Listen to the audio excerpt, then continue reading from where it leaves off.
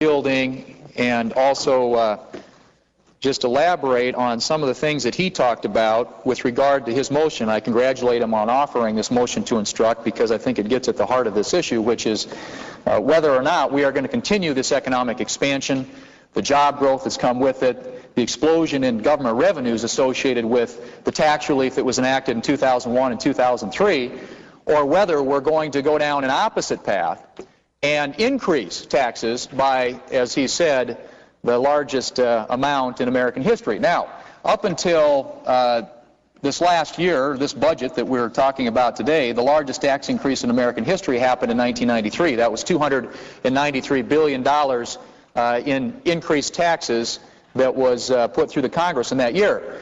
What has been proposed this year through the budget process in the other body, in the House of Representatives, was a $916 billion tax increase, and as the senator from New Hampshire has noted here in the Senate, a $700 billion tax increase. So the only question really before the House, Mr. President, is whether or not this conference committee that is going to meet is going to adopt the House version, which is triple the largest tax increase in American history, or adopt the Senate version, which is double the largest tax increase in American history.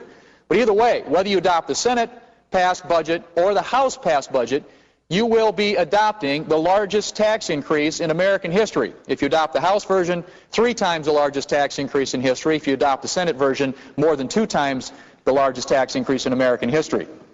And so the gentleman from New Hampshire, the senator who has proposed a motion that would instruct the conferees who will be meeting, the Senate conferees who will be meeting with the House conferees to work out and reconcile the differences between these two budget resolutions. One, as I said, in the House, which is triple the largest tax increase, or the Senate version, which is double. His motion would essentially instruct the Senate conferees to go into that conference with a position that doesn't accept the House tax increase or the Senate tax increase, but rather allows these existing tax cuts to stay in law. In other words, not to allow them to expire. And what I want to point out, and I've got a chart here, I think, Mr. President, which illustrates a little bit about what I am speaking of today. And this chart essentially shows what is included in that $900 billion tax increase.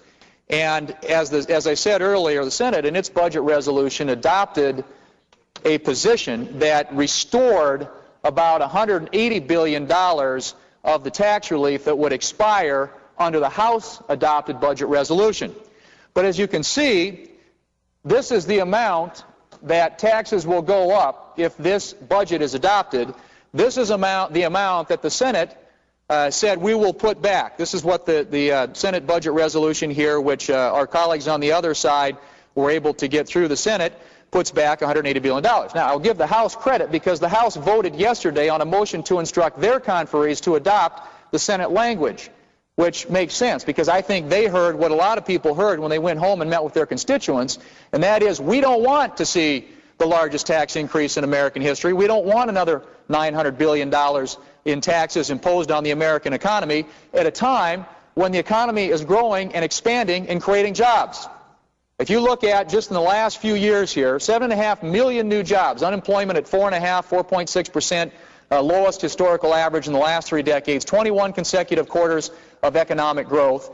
And this is the counterintuitive part about this because, as was pointed out back in 2001 and 2003 when these tax cuts were being debated, if we reduce taxes, revenues to the government are going to go down. Well, in fact, Mr. President, the opposite has happened. What has happened is what has happened throughout the course of history under the Harding administration in the 20s, the Kennedy administration in the 60s, the Reagan administration in the 80s, and now currently, and that is when you reduce marginal income tax rates, when you reduce capital gains tax rates, what happens?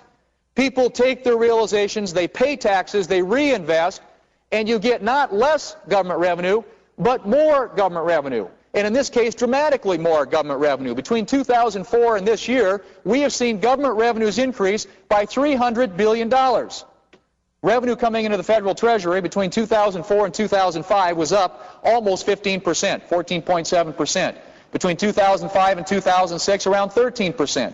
And in this current fiscal year, the first 7 months of this current fiscal year, government revenues are up 11.3%, over last year, and in fact in the month of April, $70 billion more government revenue than April a year ago.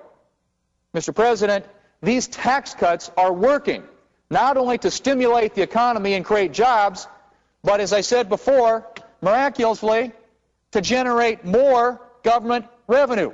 We have $300 billion more government revenue coming in as a result of reducing taxes, which again proves an historical fact, Mr. President, and that is when you reduce marginal income tax rates, capital gains tax rates on the American people, they take their realizations, they pay taxes, they invest, they create more jobs, the economy continues to expand, and you get not less government revenue, but more government revenue.